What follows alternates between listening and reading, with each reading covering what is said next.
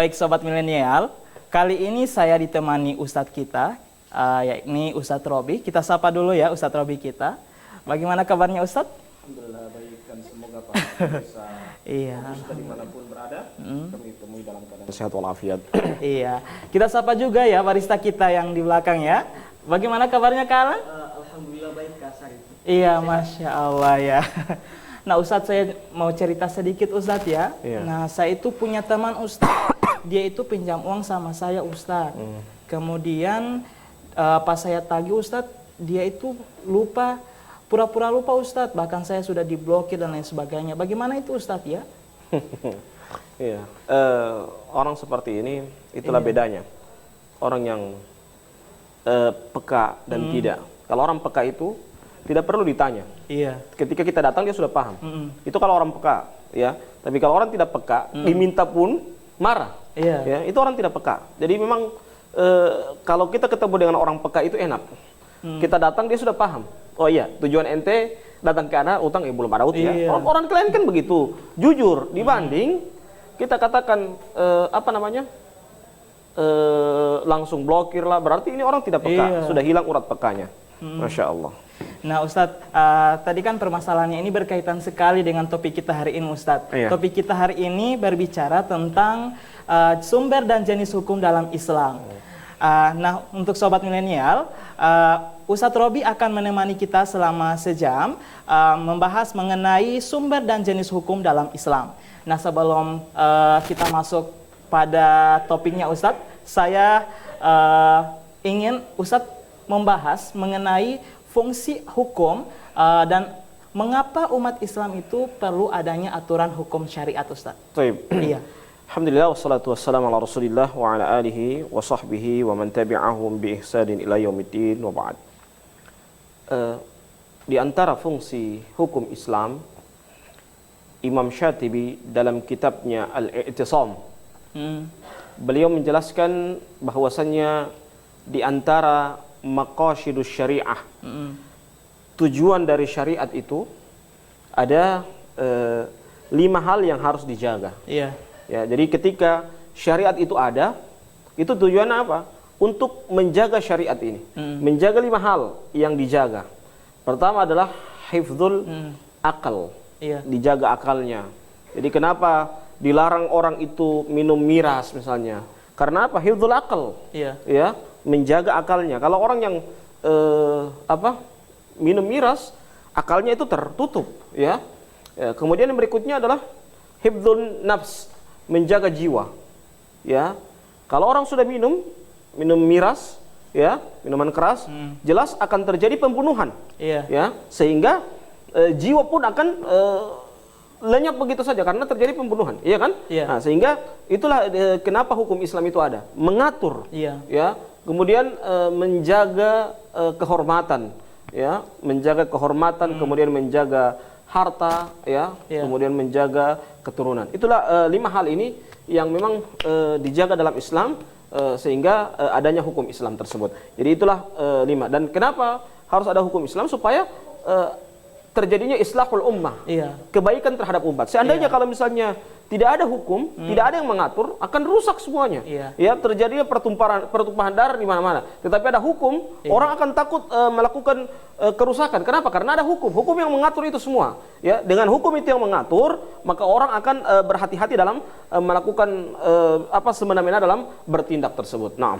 Oke, baik Ustadz. Terus siapa yang menetapkan hukum dalam Islam Ustadz? Yang berhak menetapkan? Yang berhak menetapkan Iya. hukum Islam, ya jelas seorang hakim, Iya. seorang qadhi, ya. Jadi tidak semua orang yang berhak menetapkan hukum Islam. Iya. Jadi memang seorang qadhi, seorang hakim atau seorang yang mujtahid, ya, orang-orang yang berhak untuk mengeluarkan hukum Islam. Iya. Tidak. Jadi tidak sembarangan, tidak semua orang yang berhak untuk mengeluarkan hukum Islam. Jadi dia sebagai seorang hakim, juga sebagai seorang ulama mujtahid yang memang berhak untuk mengeluarkan hukum Islam. Kalau dia sudah berhak mengeluarkan hukum Islam atau dia sebagai seorang hakim, maka jelas dia untuk bisa mengeluarkan hukum-hukum Islam tersebut. Jadi kalau tidak layak, ya jangan mengeluarkan hukum Islam. Iya. Jadi seperti itu. Nah, Oke, baik Ustadz. Nah sekarang ini Ustadz, hukum Islam ini ditetapkan tidak secara resmi Ustadz. Nah mungkin Ustadz bisa menceritakan bagaimana penerapan hukum di zaman Rasulullah Ustadz.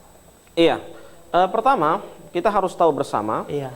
hukum itu diterapkan, ya, hukum itu diterapkan di zaman Nabi Muhammad SAW. Nabi di zaman itu sebagai seorang hakim. Iya. Ya, ketika ada masalah di lapangan, maka Nabi lah yang akan memutuskan suatu masalah. Iya. Dan Nabi memutuskan masalah pun kadang Nabi hadir langsung, kadang Nabi tidak hadir. Ketika Nabi tidak hadir, maka ada penggambaran, ada cerita dari sahabat atau penggambaran dari sahabat tentang kejadian tersebut. Iya. Sehingga Nabi ketika penggambaran itu atau informasi yang masuk kepada Nabi Muhammad SAW secara sempurna, maka Nabi memutuskan suatu hukum. Ya, Nabi memutuskan suatu hukum. Jadi begitu cara memutuskan sebuah hukum. Jadi tidak langsung apa hukum ini, langsung taks. Iya. Apa hukum ini, taks, ya selesai. Tanpa melihat bagaimana keadaan di lapangan, bagaimana dalilnya, Iya. bagaimana apakah sama antara dalil dengan ini, dengan apa keadaan di lapangan, semua Iya. harus dilihat dari berbagai macam sudut pandang sehingga keputusannya tepat,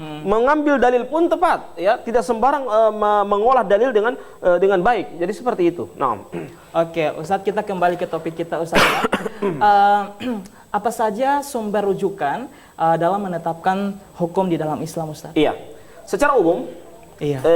sumber hukum Islam itu ada 3, Iya. Al-Quran, hadis, kemudian ijma. Iya. Ya, jadi Al-Quran sudah sepakat, hadis juga sepakat, Iya. ya. Kemudian ijma, ijma itu kesepakatan para ulama atau kesepakatan para sahabat. Jadi itulah dinamakan dengan ijma. Kemudian ada namanya ijtihad. Ijtihad itu kalau memang itu masalah kontemporer, masalah yang memang tidak ada di zaman Nabi, tidak ada di zaman sahabat, ya. Kemudian hal itu terjadi, nah, maka dibutuhkan ijtihad, ya, dibutuhkanlah ijtihad para ulama, ya, dan itu yang beristihad itu pun tidak sembarangan, ya. Jadi memang ada orang yang memiliki kapabilitas dalam keilmuan itu, ya. Jadi tidak sembarangan orang mengeluarkan sebuah hukum, ya, beristihad, ya, sehingga dia sembarang memutuskan hukum, tidak. Tetapi dia memang punya standarisasi bagaimana dia sebagai orang mujtahid, ya, memutuskan sebuah hukum itu memang benar-benar kompleks dan dia paham segala sesuatu, ya, sehingga ketika dia melihat dari beberapa sudut pandang, ya, sehingga memutuskan hukum secara sempurna pula. Jadi seperti itulah. Iya. Di zaman Nabi itu kenapa ada kalau hukum Islam itu ada 3 secara umum, ya. Kalau ijtihad itu kalau dia masalah kontemporer itu saja, selesai. Ada yang lain-lain itu tinggal pendukung-pendukung saja. Tetapi secara umum 3 ini tambah dengan ijtihad para ulama. 6. Oke, mungkin ada pertanyaan dari barista kita, Ustadz. Ya, Ustaz, menarik sekali Iya. seperti apa yang telah dijelaskan oleh Ustaz bahwa hukum itu adalah aturan. Nah, apa saja bentuk dan jenis hukum dalam Islam, Ustadz? Iya. Begini, ada hukum yang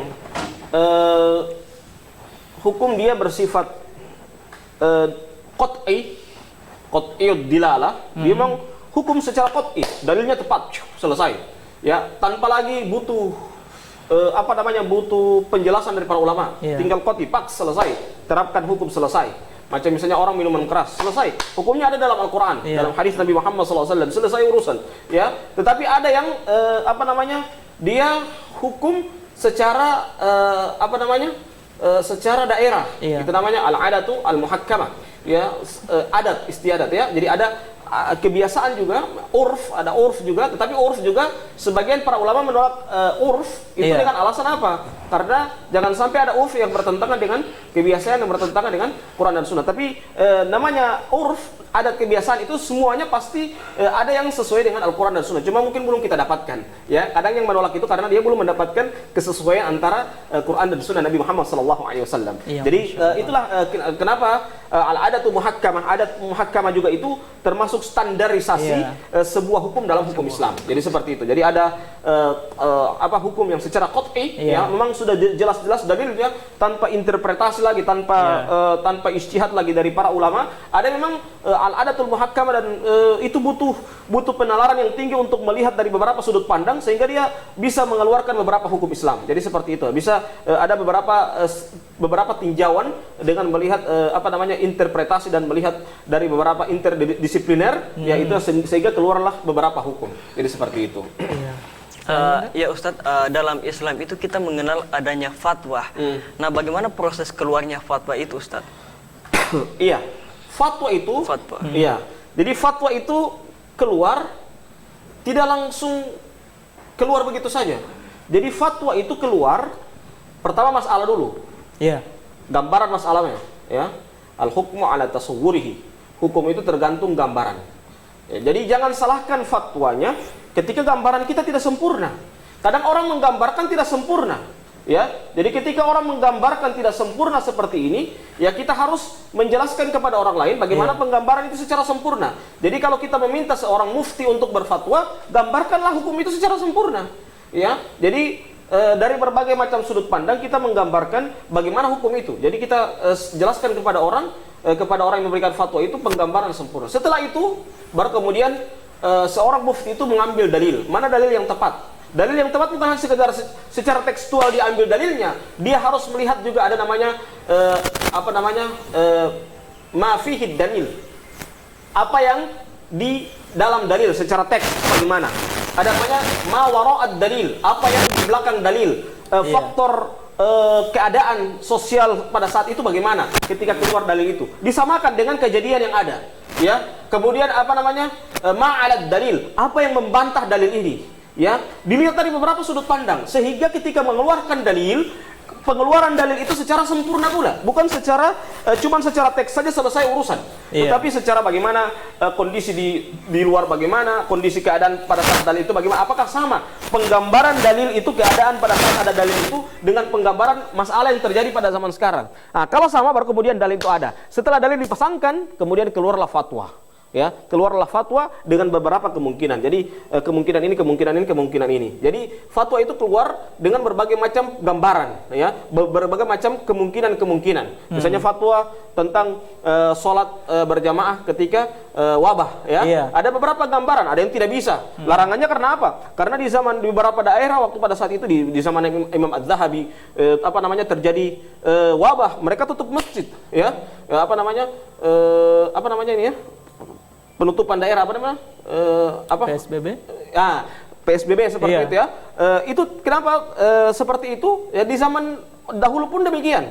Ya, di zaman dahulu demikian. Nah, itulah gambaran-gambaran seperti itulah sehingga dan bahkan Nabi mengatakan apabila ada satu wabah di satu daerah, maka janganlah kamu masuk ke daerah dan jangan keluar dari daerah itu, ya. Ini menggambarkan bahwasanya bisanya kita untuk menutup masjid pada saat ada wabah seperti ini. Nah, itulah yang maksud saya melihat dalil itu juga harus dicocokkan dengan keadaan yang sebenarnya yang terjadi di zaman sekarang dan terjadi di zaman Nabi ketika ada wabah tersebut. Nah, seperti itu. Oke, selanjutnya Kak. Iya, jadi bisa Disimpulkan Ustadz, fatwa itu harus membutuhkan peninjauan terlebih dahulu. Iya, peninjauan terlebih. Itu namanya bahasa Arabnya, bahasa usul fikihnya adalah tanqihul manat.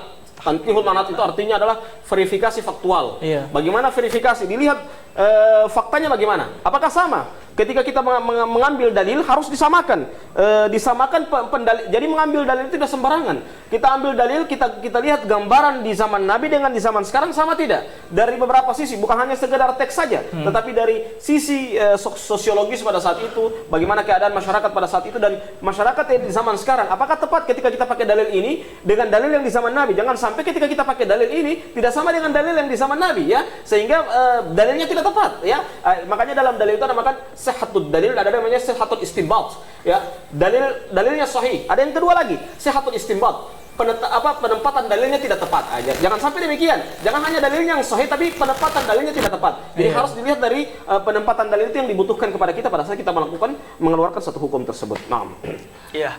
Adakah kemungkinan Ustadz fatwa terkait dengan halal dan haramnya suatu perkara itu berbeda antara ulama satu dan yang lain? Oh, itu biasa. Iya, ada. Saya contohkan misalnya menggunting kuku pada saat malam hari. Tidak, pada saat Pada saat bulan Zulhijjah. Pada saat bulan Zulhijjah. Imam Ahmad rahimahullah mengatakan itu haram.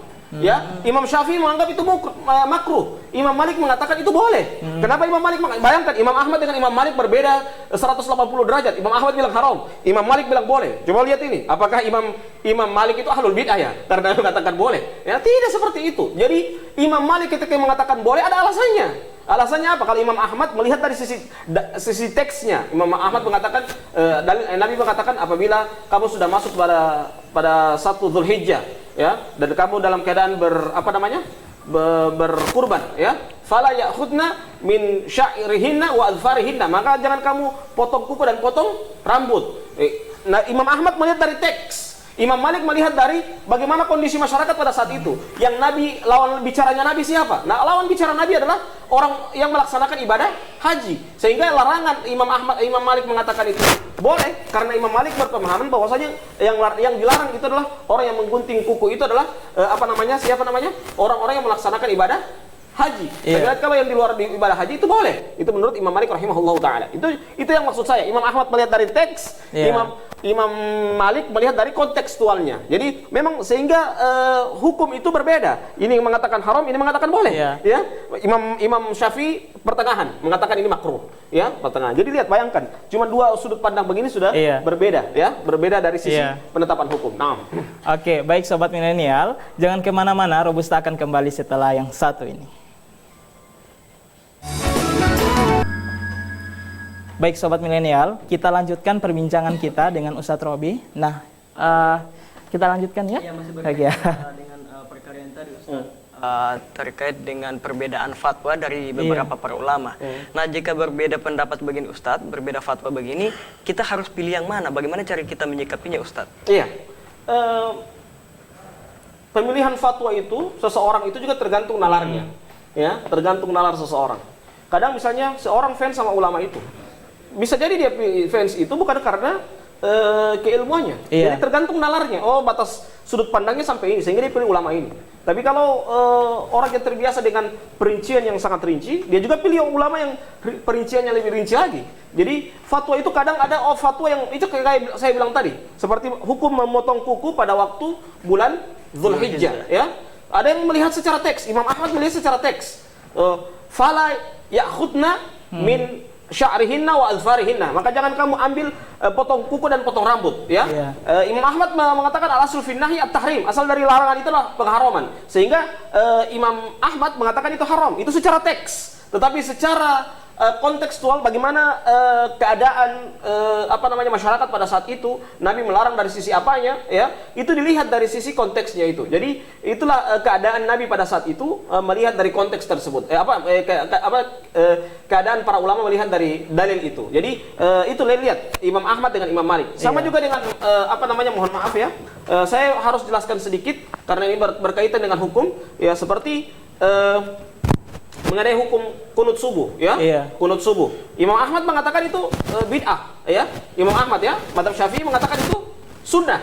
Yang tidak kunut subuh dia sujud sahwi, ya. Itu Imam Malik, Imam Syafi'i rahimahullah taala. Jadi kalau Imam Ahmad mengatakan itu bid'ah, mereka mentakhrij juga hadisnya mengenai bid'ah itu juga dengan takhrij yang mereka biasa mengatakan bid'ah itu menggunakan dalil karena Nabi SAW yaqnutu fi subhi hatta faraqat dunya. Ini yang mereka lihat dalilnya, dalil yang dhaif, padahal ada puluhan dalil, banyak sekali dalil yang mengatakan bahwa kunut subuh itu sunnah, ya. Kunut subuh itu sunnah, sehingga kunut subuh dikatakan sunnah oleh Imam Syafi'i dan para pengikut mazhab Syafi'i. Bahkan di mazhab Syafi'i sendiri, ketika orang tidak kunut subuh, ya, dia menganggap dia tidak kunut subuh, dia harus sujud sahwi. Dia harus sujud sahwi karena dia menganggap itu bagian dari rukun dari sholat itu sendiri. Jadi seperti itulah, sudut pandang orang berbeda-beda. Sudut pandang orang itu tergantung nalar dia bagaimana, ya. Jadi bukan dalam artian ketika saya tidak ikut mazhab Syafi'i kemudian saya merendahkan Imam Ahmad, tidak. Tetapi itu sudut pandang beliau. Kita harus hormati beliau. Begitu juga sebaliknya. Ketika orang yang menganggap bahwasanya kunut subuh itu sunnah, ya, kita hormati, ya. Kita hormati, jangan kita cela. Ente buat bid'ah, itu menurut ente, menurut Imam Ahmad bid'ah, menurut orang sunnah. Jadi lihat, bayangkan bid'ah dengan sunnah bertentangan, kan? Jadi kelihatan bertentangan. Itulah yang saya bilang tadi. Jadi terlihat dewasa seseorang ketika dia melihat beberapa sudut pandang. Tetapi kalau dia hanya melihat dari satu sudut pandang, dia tidak dewasa dalam melihat perbedaan pendapat para ulama tersebut. Nah. Oke. Ya Ustadz, jika suatu perkara belum diketahui status hukumnya, nah bagaimana kita sebagai seorang muslim menyikapinya Ustadz? Tanya sama ulama. Fas'alu ahla dzikri in kuntum la ta'lamun. Bertanyalah kepada orang yang berilmu kalau kamu tidak tahu. Jangan memutuskan sendiri. Ya, menurut saya begini. Mati tayo. Kadang ada juga orang-orang baru belajar. Mana dalilnya? Seberapa ente punya hafalan? Ente hafalan baru juz 30 saya belum selesai, mau tanya dalil, ya? Yang bertanya dalil begitu adalah para ulama, ya. Bukan sebarang ente saja juz 30 belum selesai, kemudian bertanya sama orang minta dalil, ya. Bertanya dalil itu boleh sah-sah saja, tetapi yang harusnya ketika dia sebagai seorang muslim berhusnudzon kepada saudara muslimnya, Jangan seakan-akan ketika dia sudah beragama yang benar, seakan-akan lawannya yang berseberangan dengan amalannya dia katakan tidak punya dalil, siapa ente? Ya, harusnya begitu. Harusnya dia harus sudzon dulu, ya. Oh, dia juga mungkin punya dalil, cuman saya tidak tahu. Harusnya kan begitu. Bukan bilang oh ente tidak dalil, cuman aneh punya dalil mati oh. Jadi seperti itulah. Jadi ketika kalau kita tidak tahu, tanya sama ulama, dan kalau kita tidak puas, kita inginkan jawaban kita ya cari tanya ulama yang sesuai dengan ente, ya. Jangan sampai kalau tidak puas juga. Makanya itu maksud saya, kalau kita punya beberapa referensi, jadi enak kita untuk menyikapi perbedaan pendapat. Karena apa? Kita punya banyak referensi. Tetapi kalau kita cuma satu referensi, kadang kita tidak puas. Ketika ada yang berbeda dengan kita, oh ini ustadz, ini ulama ini kadangnya tidak layak untuk saya jadikan orang yang jadi referensi saya. Ya karena apa? Karena memang kurang piknik, ya. Kurang piknik. Harusnya kalau dia punya referensi yang banyak, punya rujukan yang banyak, dia akan berhati-hati dalam memponis sesuatu. Baik, seperti itu. Dalam Islam itu kita sering mendengar istilah bid'ah, Ustaz. Bid'ah. Terus? Yang disematkan kepada sesuatu yang baru dalam Islam. Nah, apakah bid'ah ini termasuk dalam jenis hukum Islam, Ustaz? Seperti halnya dengan hal haram dan makruhnya suatu perkara. Ini ya, ini bid'ah ini sesuatu hal yang baru, tetapi harus dilihat mana yang baru, apanya yang baru, ya. Jangan ketika yang berbeda dengan kita katakan bid'ah. Di sini masalahnya. Iya. Berbeda dengan kita, bukan berbeda dengan syariat, ya. Berbeda dengan kita, tidak sesuai dengan kelompok kita katakan ini bid'ah. Iya. Ya. Harusnya kita teliti dulu, benarkah ini menyelisih sunnah atau tidak. Itu dulu pertama. Yang kedua, apakah ulama sepakat bahwa ini bid'ah? Ya, jangan sampai cuman ulama ente mengatakan bid'ah. Menurut kami, ulama kami mengatakan ini sunnah. Ya, seperti tadi kan, kunut subuh. Misalnya toh, ulama ente bilang itu bid'ah. Ulama kami katakan sunnah. Iya. Ya, sama juga dengan potong kuku pada waktu Idul Adha, ya. Ulama ente bilang haram. Ulama kami bilang itu boleh, ya. Itu kan beda. Jadi apakah dengan seperti ini kita mengatakan sesuatu hal yang baru dan harus tertolak? Tidak seperti itu. Makanya harus lihat perkataan bid'ah ini di mana dan pada saat apa dikatakan bid'ah, ya. Jadi hukum Islam juga itu banyak, ada mubah, ya. Jangan berbeda sedikit sunnah dikatakan bid'ah, atau yang tidak sesuai dengan pendapat kita katakan bid'ah. Ini orang yang, makanya ada yang memahami bid'ah itu ada dua. Ada namanya mudayyiqun, orang-orang yang sempit dalam cara pandangnya. Jadi cuman berbeda sedikit saja, oh ini bid'ah, itu ahlul bid'ah, neraka yang selesai urusan, ya. Ada orang yang dia masih melihat dulu dalam sisi apa dia bid'ah, dari sisi apa dia bid'ah. Apakah ada ulama lain yang masih mendukung atau tidak? Kalau tidak ada, oh berarti memang sudah benar-benar bid'ah. Tapi kalau ada yang sudah memang kalau dia sudah seperti ini yang memang tidak ada ulama yang mendukung, itu memang sudah sepakat. Tetapi yang jadi masalah itu adalah masih ada ulama, masih sama-sama ada dalilnya, ya. Cuman berbeda sudut pandang kemudian kita mengatakan ini bid'ah, ini masalah. Ini masalah dan ini terjadi benturan di mana-mana. Karena apa? Karena dia melihat beberapa sudut pandang tersebut tidak sesuai dengan kelompoknya, tidak sesuai dengan sudut pandangnya, bukan tidak sesuai dengan syariat, ya. Tidak sesuai dengan kelompoknya, tidak sesuai dengan sudut pandangnya. Sehingga dia mengatakan itu adalah bid'ah. Ya, ini yang jadi masalah di lapangan, ini yang jadi masalah di mana-mana. Jadi oleh sebab itu kalau melihat satu hukum, kita harus lihat bagaimana sudut pandang, bagaimana ulama mengambil istinbat. Itu yang paling penting. Bagaimana ulama menarik dalil. Kenapa ulama mengatakan ini haram? Kenapa ulama mengatakan ini sunnah? Kenapa ulama mengatakan ini bid'ah? Misalnya, kita harus lihat bagaimana apa alasannya. Hukum itu tergantung illatnya, ya. Wujudan wa adaman, ya. Adanya atau tidak ada. Jadi kita harus lihat dari sisi itunya. Apa yang melatar belakangi sehingga itu jadi haram? Apa yang melatar belakangi sehingga itu menjadi bid'ah? Itulah yang harus kita perhatikan bersama pada saat kita menghukumi. Itu yang pertama. Yang kedua, kita harus bedakan mana bid'ah dan mana maslahatul mursalah. Maslahatul mursalah itu adalah sesuatu hal yang di zaman kami tidak ada, tapi seandainya itu ada di zaman Nabi, pasti Nabi pakai. Misalnya toa, ya, pengeras suara misalnya, ya. Seandainya itu di zaman Nabi ada, maka Nabi pasti akan pakai. Itu namanya masalihul mursalah, ya. Masalihul mursalah. Jadi kita harus bedakan mana bid'ah dan mana maslahatul mursalah. Jangan sampai maslahatul mursalah kita katakan ini bid'ah, ya. Ini karena apa? Karena orang tidak bisa membedakan antara masalihul mursalah dengan bid'ah. Jadi memang beda-beda tipis. Semuanya ini kadang perbedaan di kalangan ulama itu berbeda-beda tipis. Cuman kadang karena orang kadang kurang piknik, kadang juga ilmunya masih kurang bertambah. sehingga kadang langsung memvonis orang itu bid'ah padahal masih ada ihtimal, masih ada perkataan para ulama yang mendukung hal tersebut. Nah, Oke Ustadz, selanjutnya Ustadz, apakah perbuatan bid'ah ini ada juga di zaman Rasulullah Ustadz? Dan kemudian apakah segala bentuk yang dikatakan perbuatan ghairul madah yang tidak ada di zaman Rasulullah itu dikatakan bid'ah Ustadz? iya itulah yang saya bilang tadi, bid'ah menurut siapa dulu? Iya. Ya, bid'ah menurut siapa dulu? Ya. Kalau bid'ah menurut mazhab Syafi'i beda dengan bid'ah menurut mazhab Hambali, ya. Mungkin yang dimaksudkan bid'ah ini yang kadang orang sering mengeluarkan perkataan bid'ah ini biasanya itu sudut pandangnya mazhab Hambali, Iya. ya. Sehingga ketika orang mengatakan bid'ah, identiknya apa? Wa kullu bid'atin dhalalah wa kullu dhalalatin finnar, ya.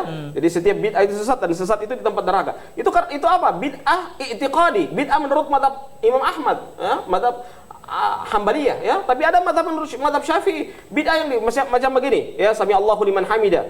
Ada yang begini, ada yang meluruskan tangan dan kemudian kembali ke ada ulama kan yang mengatakan ini bid'ah, tapi itu bid'ah yang dari segi fikih. Ya fikih itu tidak apa-apa, itu boleh, ya. Jadi itulah kadang sudut pandang bid'ah itu kadang orang tidak terlalu ada, itu yang saya bilang tadi. Ada yang mudayyiqun, ada yang mutawassi'un, ada yang sempit nalarnya dalam memahami bid'ah. Sempitnya itu dari sisi kelompoknya sempitnya, kemudian dari sisi cara pandangnya juga sempit, semua sempit. Ya, ada yang mutawassi', ada yang luas. Dia lihat dulu dari beberapa sudut pandang. Iya. Bagaimana sudut pandang ini? Dia melihat, oh ini kenapa bid'ah? Apa melatar belakangnya sehingga dia mengatakan bid'ah? Alasannya apa? Semua dilihat dari sudut pandang sehingga dia berhati-hati dalam menghukumi sesuatu itu bid'ah atau tidak. Seperti itu. Nah.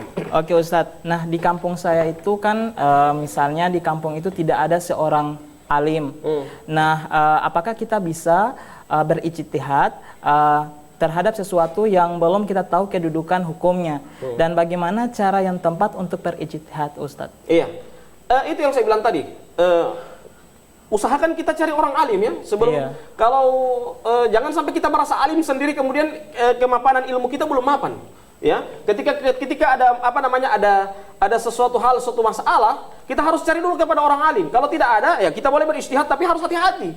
Karena ini berkaitan dengan kehormatan seorang muslim, berkaitan dengan amalan seseorang. Jangan sampai ketika kita mengeluarkan fatwa, man afta bi ghairi ilmin fa itsmuhu ala ma afta, kata Nabi Muhammad SAW, barang siapa yang berfatwa tanpa ilmu, maka dosanya sesuai dengan apa yang dia fatwakan. Maksudnya apa? Semakin besar kesalahannya, maka semakin besar juga dia menanggung dosanya. Jadi hati-hati berfatwa. Jangan karena tidak ada orang alim di daerah itu kemudian kita bersembarang berfatwa, kemudian kesalahan yang terjadi dan kesalahan itu membuat dosa yang sangat besar, ini bahaya sekali. Jadi memang harus hati-hati dan melihat dari beberapa sudut pandang sehingga kita ketika menghukumi sesuatu kita menghukumi dengan ilmu dan sejelas-jelasnya, dan sehingga kita menghukumi juga benar-benar dengan ilmu yang kita miliki dan kita berhati-hati dalam berfatwa tersebut. Nah, Oke, baik sobat milenial, jangan kemana-mana. Robusta akan kembali setelah yang satu ini.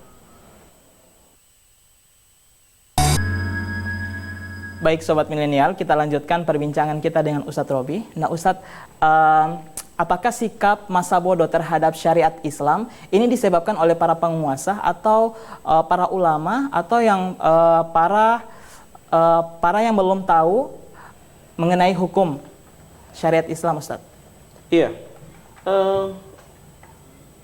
Yang bertanggung jawab semua itu adalah kita semua. Iya.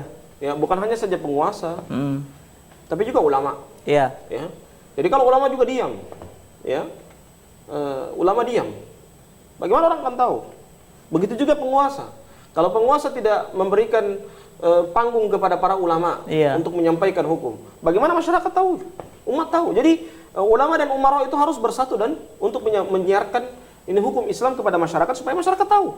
Ya, sehingga terjadilah keberkahan di dunia ini. Karena apa? Karena ulama dengan umara itu bersatu untuk menyampaikan syariat Islam ini. Ya, sehingga masyarakat itu mengamalkan syariat Islam ini. Jadi seperti itu. Jadi bukan hanya saja penguasa, tetapi juga para ulama. Ya, tetapi yang lebih dominan juga itu yang memiliki rakyat ini adalah penguasa. Jangan sampai penguasa tidak memberikan panggung kepada para ulama untuk menyampaikan hukum Islam itu. Tapi tidak mungkin, apalagi kalau pemimpin kita seorang muslim, pasti dia akan memberikan panggung kepada para ulama untuk menjelaskan hukum Islam yang sebenarnya kepada masyarakat ini. Wallahu a'lam bishawab.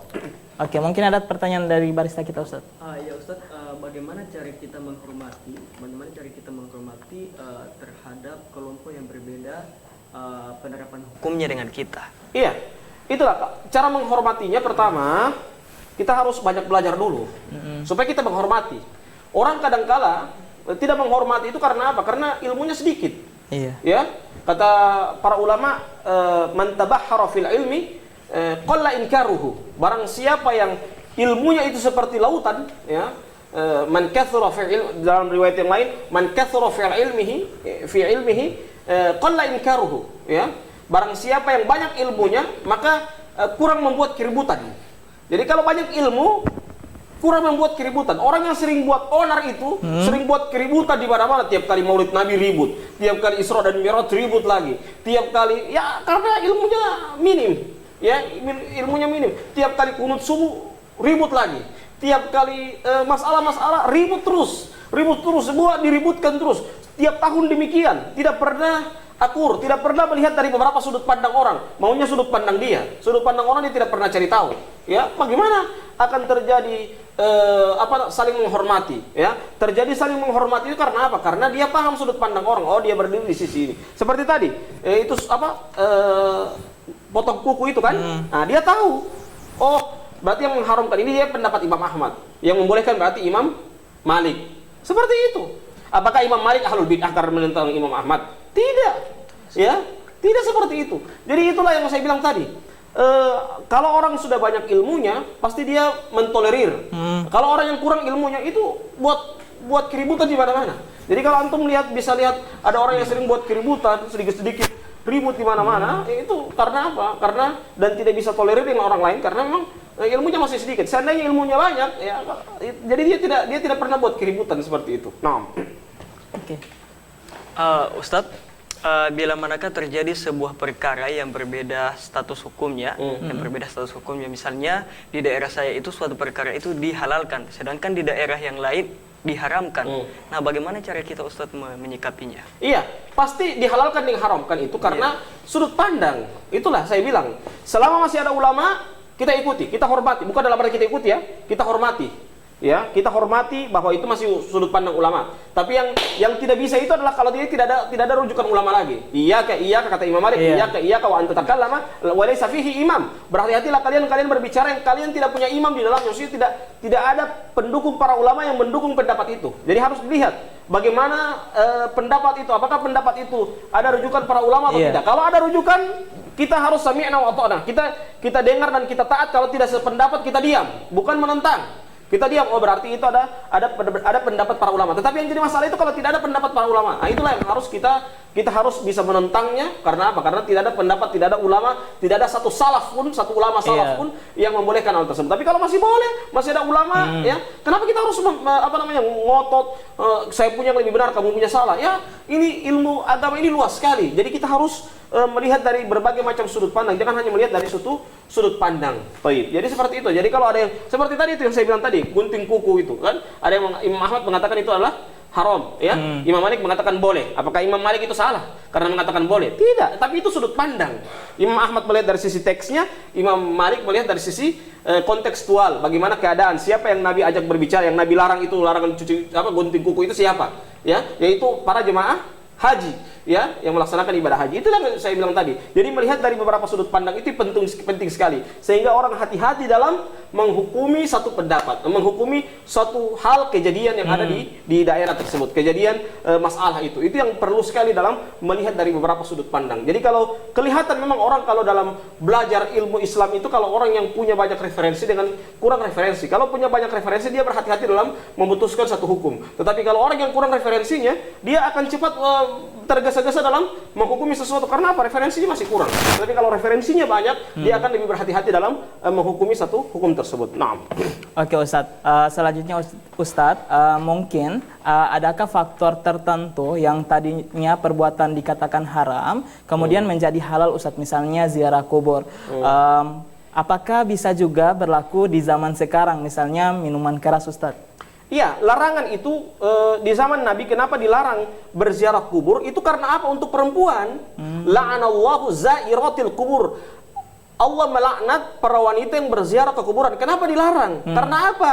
Karena wanita itu hatinya sangat lembut, sehingga mereka bisa ada kemungkinan untuk meraung-raung dan meratap di kuburan itu. Itu yang larangannya itu. Jadi kita harus lihat ilatnya apa, dilarangnya itu apa. Bukan larangan ziarah kubur, tidak. Ya, bahkan Nabi menganjurkan untuk kita ziarah kubur. Ya, apa namanya? Fazuruha fa innaha tudzakirukumul akhirah. Maka berziarahlah kalian kepada kuburan, karena berziarah ke kuburan itu apa? Tudzakirukumul akhirah, akan mengingatkan kalian kepada akhirat. Jadi kalau larangan berziarah ke kuburan itu larangan bagi wanita yang berziarah di kuburan. Lihat, kalau di Arab itu coba lihat, yang mengantar jenazah itu siapa? Laki-laki semua.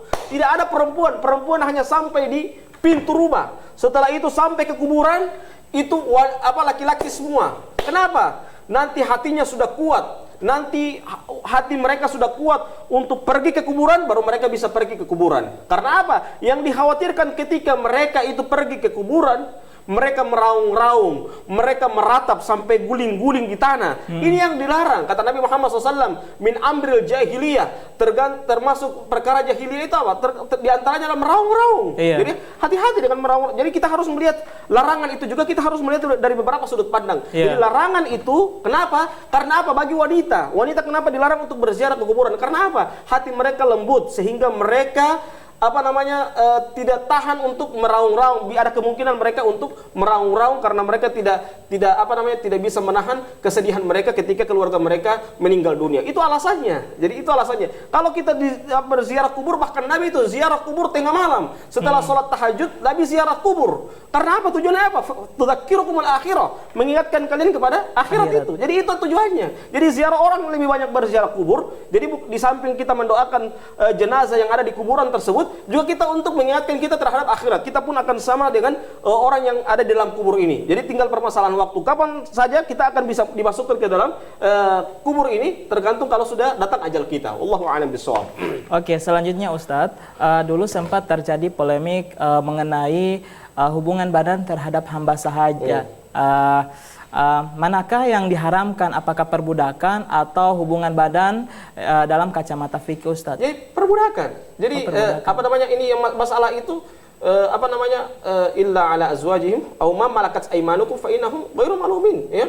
Jadi itu masalah perbudakan. Jadi kita harus lihat masalah ini memang masalah yang dan apakah di sini ada perbudakan? Tidak. Jangan sampai orang pembantu dibilang budak ya. Jadi harus itulah butuh perincian.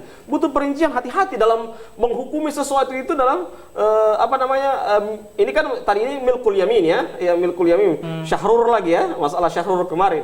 Ya, tapi ini ini yang perlu jangan sembarang orang yang membahas seperti ini, supaya memang hati-hati dalam membahas milkul yamin ini.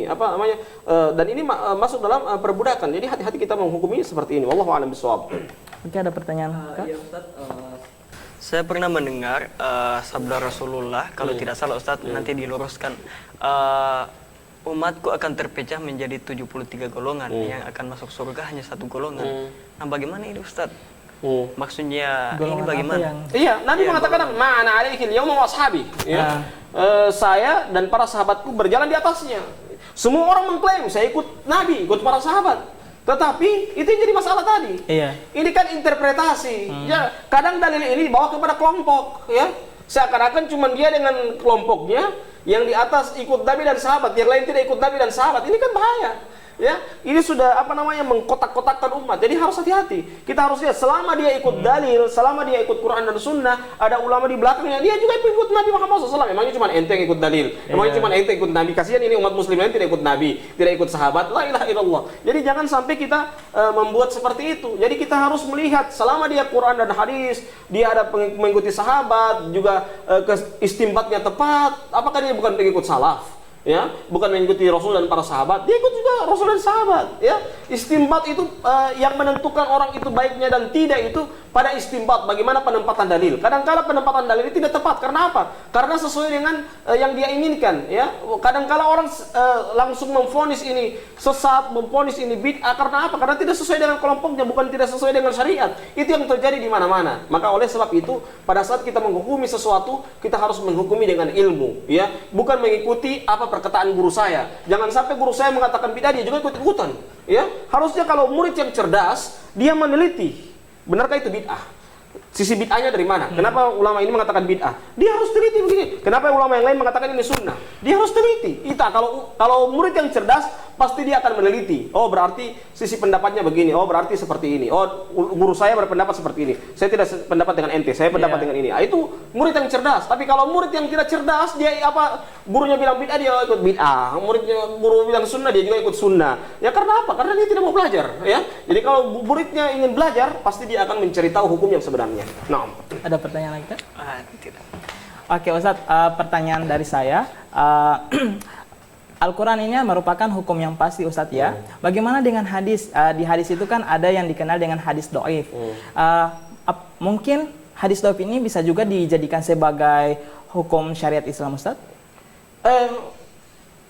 Berbeda pendapat di kalangan para ulama tentang masalah mengamalkan hadis do'if. Iya. Ya, ada yang mengatakan tidak boleh sama sekali, ya, karena mengamalkan hadis dhaif itu sama dengan mendustakan nama Nabi Muhammad SAW. Itu yang mengatakan tidak boleh, jangan sampai di situ ya. Iya. Ada yang mengatakan boleh pada sisi fadailul amal, tentang keutamaan amal, ya.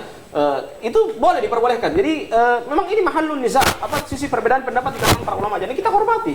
Kalau ente mengatakan itu hadis dhaif tidak boleh diamalkan, ya dia cukup ente. Jangan ente paksakan untuk ente mau paksakan anak untuk sependapat dengan ente. Jangan seperti itu, ya. Jadi kalau ente amalkan saja, ente yakini sudah selesai urusan. Kalau saya bisa katakan boleh untuk fadailul amal, ya tidak apa-apa, itu boleh. Jadi seperti itulah. Bukan dalam artian ketika saya mengatakan boleh ente katakan abu-abu dan ente kokoh, ya bukan seperti itu. Tetapi kita menghukumi sesuatu sesuai dengan hukum yang sebenarnya, kita melihat dari beberapa sudut pandang sehingga orang itu lebih apakah misalnya saya milih misalnya yang boleh, apakah saya jadi ahlul bid'ah, penghuni neraka karena mengatakan boleh? Ya Allah, orang suka beramal ente katakan tidak boleh, jelas boleh lah, seperti itu. Jadi bukan dalam artian ketika kita mengatakan boleh dalam sisi fadhailul amal, sementara di situ juga ada para ulama, apakah ulama itu mengatakan boleh juga tidak dengan ilmu? Mereka juga dengan ilmu. Jadi perkataan ulama itu juga ilmu yang mereka berlandaskan dalil, ya. Mereka berlandaskan dalil, itu yang perlunya kita harus berhati-hati dalam menghukumi sesuatu. Wallahu a'lam bishawab. Oke, baik sobat milenial,